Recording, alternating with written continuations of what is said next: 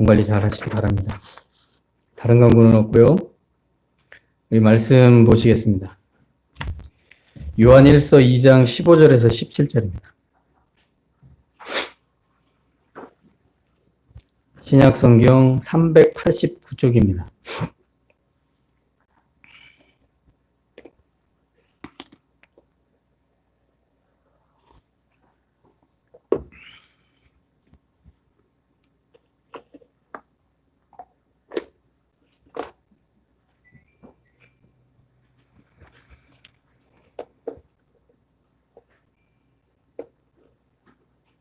세 구절인데요.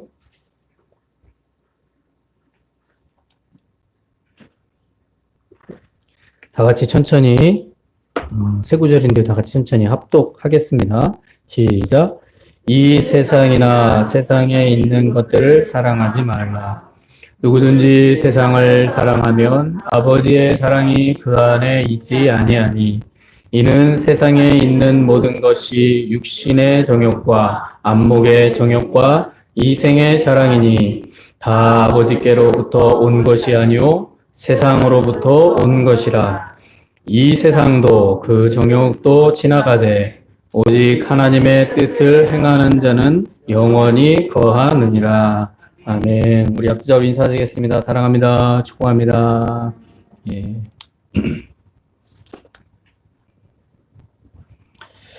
오늘은 이 그리스도인이 보는 세상이라는 제목으로 말씀을 나누도록 하겠습니다. 오늘 본문 말씀을 읽으셨는데요. 그냥 읽으시면 쉽게 이해할 수 있는 말씀이고요. 그냥 읽으면 뭔지, 그러니까 단어만 알면 이해할 수 있는 본문입니다. 그래서 본문 말씀을 통해서 그리스도인이 보는 세상은 어떤 세상이어야 되는지 어렵지 않습니다. 그 말씀을 보도록 하겠습니다.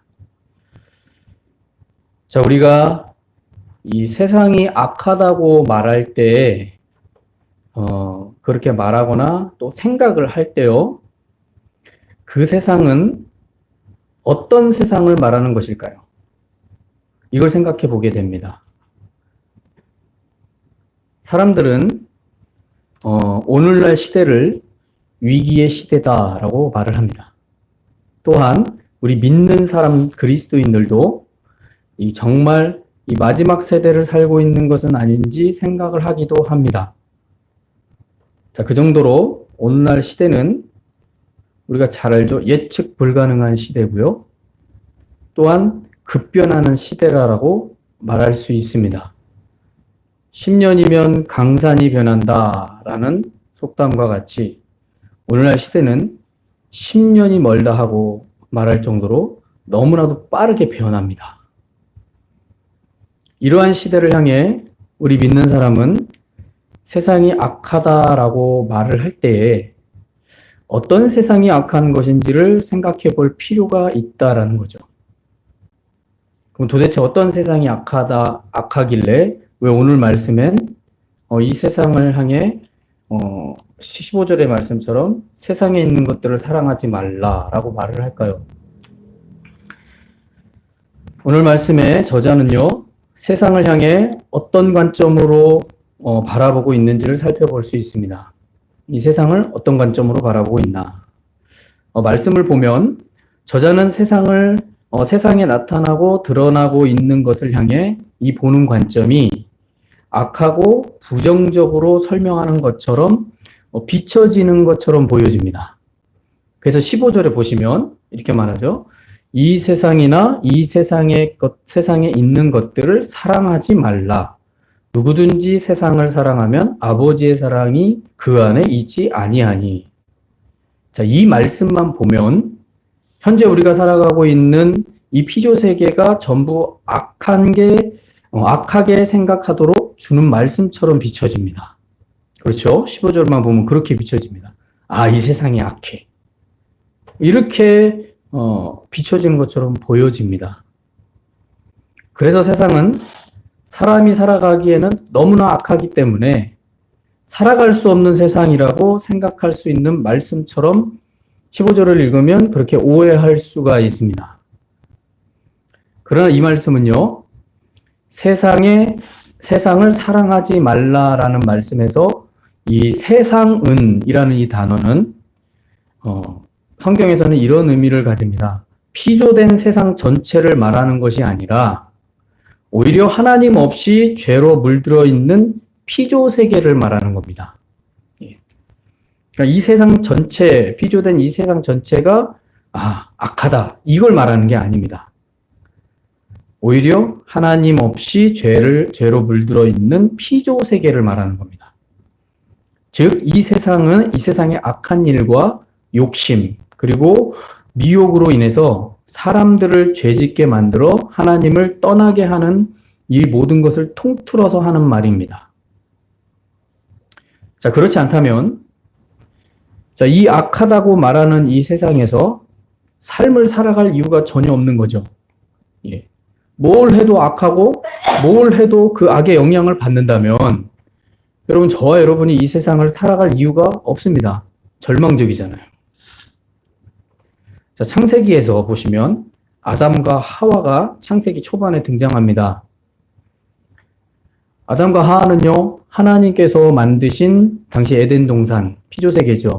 그 피조세계를, 완벽한 그 피조세계에서 살았지만 그 피조세계를 위기에 처하게 만들었습니다. 그것은 아담과 하와의 불순종으로 인해서 죄가 세상에 들어오게 되었기 때문입니다. 그래서 로마서 5장 12절에 바울이 이렇게 말합니다. 그러므로 한 사람으로 말미암아 죄가 세상에 들어오고 죄로 말미암아 사망이 들어왔나니 이와 같이 모든 사람이 죄를 지었으므로 사망이 모든 사람에게 이르렀느니라. 자, 한 사람 때문에 죄가 세상에 들어왔어요. 그러므로 이 말씀을 생각해 볼 때 세상 자체가 악한 것이 아니라 하나 사람의 불순종으로 인해서 멀쩡한 세상이 죄로 더럽혀진 것이다 라는 거죠. 자, 이 더럽혀진 세상을 만든 1등 공신이 누굽니까? 사람의 불순종으로 기인한 것입니다. 자, 그러니 우리가 세상을 볼 때 세상 자체가 악한 것이 아님을 알아야 됩니다. 예. 봄이 되면 꽃이 피고요. 싹이 나서 자연 풍경의 아름다움이 펼쳐집니다.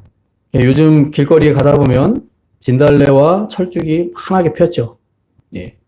이 송파 지역은 꽃이 많습니다.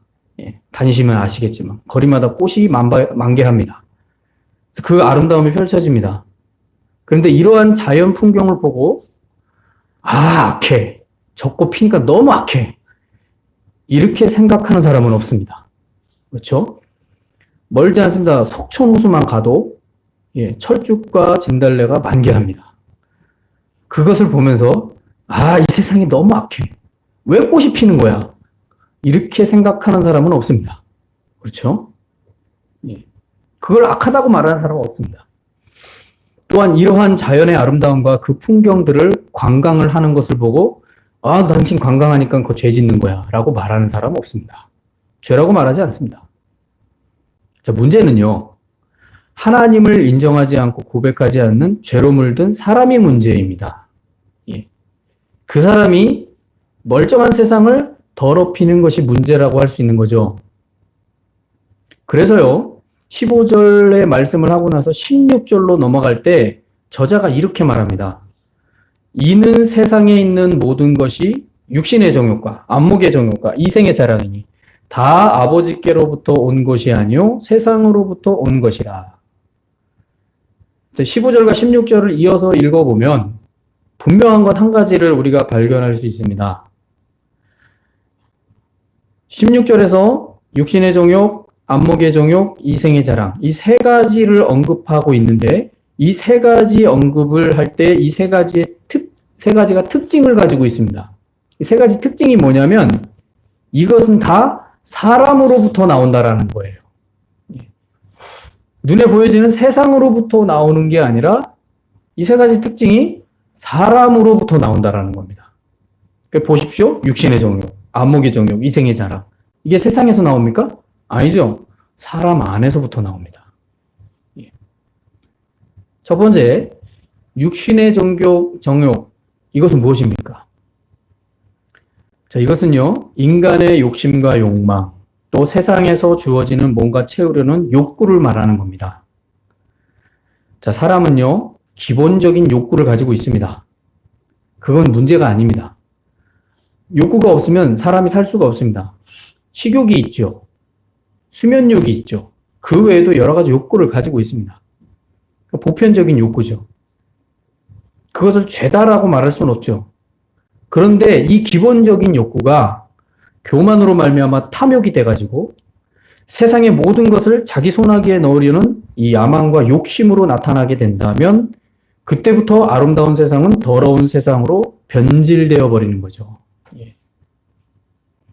당시 시대에 이 요한일서에 기록된 이 당시 시대에 등장했던 인물들 중에 대표적인 인물들이 이단들입니다. 자, 이단들은 이러한 문제를 놓고요, 하나님으로부터 만족을 찾는 게 아니라 육신의 만족을 위해 방탕한 삶을 즐겼고 그것에서 만족을 찾았습니다. 그래서 안목의 정욕, 육신의 정욕은 그러한 현상으로 나타나게 되면 세상이 망가지는 거죠. 예. 또한 두 번째, 안목의 정욕입니다. 자, 이 안목의 정욕은 창세기에 등장하는 하와를 보면 알 수 있습니다. 자, 이 하와는요, 선악과를 보면서 이렇게 고백합니다. 보암직도 하고 먹음직도 하고 탐스럽게 할 만큼 좋다. 이런 생각을 합니다. 하나님이 선악과를 먹으면 정령 죽으리라 라고 말씀을 해주셨습니다. 그런데 하와는 그 선악과를 보자 보암직도 하고 먹음직도 하고 탐스럽게 할 만큼 좋은 열매처럼 보이는 거죠. 그래서 결국 사단에게 속아서 선악과를 먹었습니다. 자, 이는 눈으로 봄으로써 나타나게 된 인간의 정욕에 굴복한 것이죠. 자, 예수님께서도요, 자, 이 안목의 정욕의 시험을 사단에게 동일하게 받으셨습니다. 예수님이 세 가지 시험을 받을 때에, 공생애를 시작하기 전 세 가지 시험을 광야에서 받을 때, 사단은 예수님을 시험할 때 이것을 보여줍니다. 천하만국을 보여줍니다. 그러면서 이렇게 말하죠. 나한테 절만 하면 이 천하를 다 주겠다라고 약속을 합니다.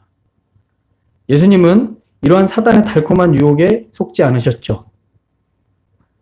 자, 이렇게 안목의 정욕은 사람에게 있어서 아주 무서운 유혹이 될 수 있습니다. 그러나 사람이 눈으로 보는 것 자체를 가지고 죄라고 말할 수는 없습니다. 자, 아름다움을 아름다움으로 보고, 또 좋은 것을 좋은 것으로 보고, 나쁜 것, 이렇게 하는 이 눈의 시야는 나쁜 게 아닙니다. 문제는요, 악한 눈과 탐욕의 눈인 그릇된 눈으로 바라보는 게 문제입니다. 그래서 마음 가운데 그 바라봄으로 말미암아 마음속에서 죄를 계획하고 그것을 실행하는 것이 좋은 세상을 안 좋은 세상으로 만들어 버리는 것이죠.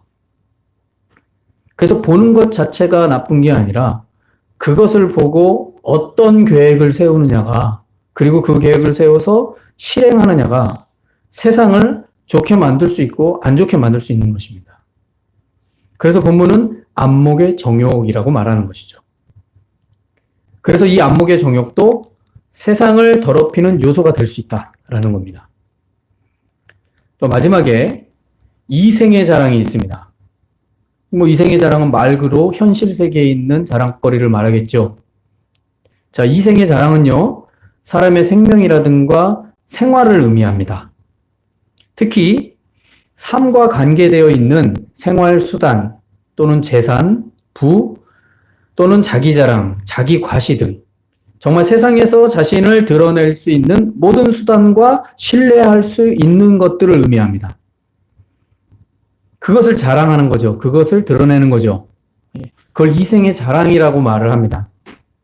사람이 자기 자존감과 자기 자부심을 가지기 위해서 자랑이 때로는 필요합니다. 근데 본문에서 이생의 자랑을 긍정적으로 말하지 않죠. 왜 그러냐? 이생의 자랑도 마찬가지로 안목의 정욕과 마찬가지로 그릇된 것으로 사용되어지기 때문에 그래요. 구약 성경에 우리가 알듯이 사울왕을 보면 잘 알 수 있습니다. 이 사울왕을 보면 이생의 자랑에 넘어간 비참한 왕이라고 할 수 있습니다. 자, 사울왕은 블레셋과의 전쟁에서 승리를 했습니다. 그리고 돌아올 때에 많은 모든 성읍의 백성들이 이렇게 말합니다. 사울은 천천히요, 다윗은 만만이다 라고 노래를 했습니다. 왜 이런 노래를 했냐면 블레셋과의 전쟁에서 승리했지만 다윗은 골리앗과의 싸움에서 이겼어요. 2m 70이나 되는, 거의 3m 가까이 되는 이 골리앗과의 싸움에서 이겼어요. 그 어린 소녀가. 그러니 백성들이 소문이 들렸죠. 그리고 나서 블레셋과의 전쟁에서 승리하고 나서 돌아오는데 모든 성읍에 있는 백성들이 하는 말이 사울은 천천히요, 다윗은 만만이다 라고 노래를 하는 겁니다. 사무엘상 18장 7절에 보면 여인들이 뛰놀며 노래하여 이르되 사울이 죽인 자는 천천히요, 다윗은 만만이로다 한지라. 자, 이때 이 사울왕은 다윗을 만만이라 칭찬하며 자랑스러워하는 백성들을 보면서 마음 가운데 시기와 질투의 눈에 멀어버립니다. 그리고 이후부터 다윗을 죽이려고 하는 거죠. 이게 이제 계기가 돼서 다윗을 죽이려고 하는 겁니다. 8절에 보면, 사무엘상 18장 8절에 보면 사울이 그 말을 불쾌하여 심히 노하여 이르되 다윗에게는 만만을 돌리고 내게는 천천만 돌리니 그가 얻을 것이 나라 말고 무엇이냐 하고, 벌써부터 사울이 다윗이 만만이다라는 말에 어떤 마음을 가지고 있는지를 말해주는 거죠. 다윗에게는 만만이고 나한테는 천천이야? 자신을 천천이라고 자랑하는 백성들을 못마땅하게 여긴 거죠. 그리고 만만이라고 자랑하는 다윗을 죽이려는 마음을 품기 시작한 시기가 이때부터입니다. 그래서 사울왕은 그가 자기 자랑을 얼마나 중요하게 여기는지를 말해준다고 할 수 있죠. 자, 이렇게 자기 자랑은 자기 중심적이지 타인 중심적이지 않습니다. 우리가 자기 자랑할 때 우리 자기 자랑을 타인 중심적으로 자랑하는 경우는 드뭅니다. 자기만 높이는 거죠. 사울왕은 자기 자랑을 그렇게 중요시 여기는 거예요. 그러니 전쟁에서 승리하면 자기 기념비 세우죠. 그리고 자기 높여달라 그러죠. 이런 태도를 가지는 거죠. 자, 만약에 사울왕이 이 만만이라고 칭송받은 다윗을 자신의 수하라고 여기면서 그렇게 다윗을 높였다면 사울왕은요, 더 큰 인물이 될 수 있었을 겁니다. 왜냐하면 자기 수하에 만만이라고 칭송받는 수하가 있다. 그 수하를 거느리고 있는 사울왕. 그 지도자는 더 높은 평가를 받을 수 있을 겁니다. 그런데 사람은 그러지 못하는 거죠. 왜냐하면 이렇게 좋은 지도자는요, 이 자신보다 뛰어난 사람을 수하에 두고서 그를 인정하는 사람이기 때문에 좋은 지도자가 될 수 있습니다. 그래서 좋은 지도자의 이 조건이라고 말한다면 자기보다 더 뛰어난 사람을 내치는 게 아니라 자기보다 더 뛰어난 사람을 내 수하에 두는 거예요. 그리고 그걸 자랑하는 사람이에요.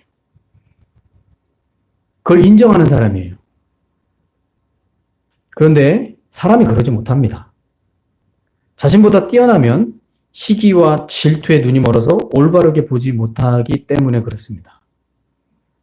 자, 이렇게 이생의 자랑은요, 자기중심적으로 보는 것이 대부분이기 때문에 좋은 세상을 안 좋은 세상으로 만드는 겁니다.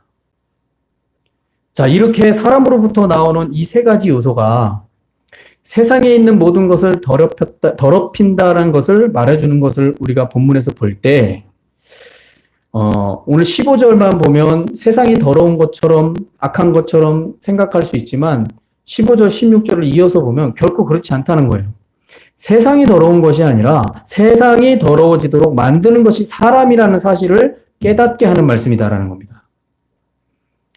자, 이를 성경은 죄가 세상에 들어왔다라고 말하는 겁니다. 그러므로 문제는 사람이 문제지 이 피조 세계인 세상이 문제가 아닙니다. 그래서 저자는 오늘 말씀에 15절을 이야기하면서 16절을 이어서 말하는 거예요. 세상이 그렇게 악하게 변한 원인은 사람에게 있는 거예요. 사람이 문제인 거예요. 자, 그렇다면 우리 그리스도인은 이 세상을 대할 때 어떠한 모습으로 이 세상을 봐야 할까요? 자, 하나님을 사랑하는 사람은 세상과 접하며 살아가면서 세상을 바라볼 때 하나님께서 주신 세상을 사용할 뿐이지 세상을 사랑할 필요는 없다는 사실입니다. 자, 하나님께서 주신 세상을, 하나님께서 이 세상을 볼 때 아름다움을 아름다움으로 보고요. 좋은 것을 좋은 거로 보고, 잘된 것을 잘된 것으로 보고, 행복을 행복으로 보는 그런 생각과 시야가 우리에게 있어야 됩니다. 하나님께서 주신 세상을 그렇게 봐야 되죠. 하나님도 처음 세상을 그렇게 보셨습니다. 이것이 다른 삐뚤어진 생각이나 시야로 바라보고 생각하는 마음을 우리는 버려야 됩니다. 왜냐하면 그것으로부터 죄가 세상에 들어오기 때문에 그래요. 그것은 이미 성경에서 다 증언하고 있죠. 하나님이 보는 시야로 봐야 되는데 그것으로 보지 않고 자기중심적으로 보게 되면 죄가 세상에 들어오는 겁니다. 그러므로 그리스도인이 보는 세상은요, 하나님께서 이 세상을 창조하셨을 때에 이런 고백을 합니다. 우리가 창세기 1장에 보면 하나님이 세상을 창조하실 때에, 피조세계를 창조하실 때에 하셨던 고백들이 있어요. 근데 공통된 고백을 반복하세요. 그게 뭐냐면 보기 좋았더라. 보기 좋았더라. 히브리어로 토브라고 합니다. 이 토브라는 의미는 그냥 좋은 게 아니에요. 너무 행복해서 좋은 거예요. 집 없는 사람이 집을 살 때 얼마나 행복할까요? 그래서 그 건물만 봐도, 그 방만 봐도 보기 좋았더라. 그러니까 너무 보기 좋아서 춤추는 것을 의미하는 게 토브라는 뜻입니다. 그게 하나님께서 이 피조세계를 창조하실 때의 모습이 보기 좋았더라라는 말씀입니다. 이 말씀과 같이 하나님께서 보시는 세상으로 우리가 세상을 있는 그대로 보는 복된 마음을 우리 그리스도인이 가져야 된다는 거죠. 그래서 그리스도인이 세상을 보는 관점은 하나님께서 보는 관점으로 봐야 되는 겁니다. 그래서 그렇지 않으면 오늘 말씀처럼 세 가지죠. 육신의 정욕과 안목의 정욕과 이생의 자랑으로 세상을 보게 되는 거죠. 그러면 죄가 세상에 들어오고 세상이 악하다고 여겨지는 태도가 되어버리는 거예요. 그래서 그리스도인이 보는 세상은 이 세 가지를 버리고 하나님이 세상을 보는 관점으로 봐야 된다는 거예요. 그래서 그런 보는 관점을 열어놓으신 분이 예수님이십니다. 그래서 우리가 예수 그리스도를 믿는 믿음 안에서 세상을 보면 세상이 다 아름다워 보이는 겁니다.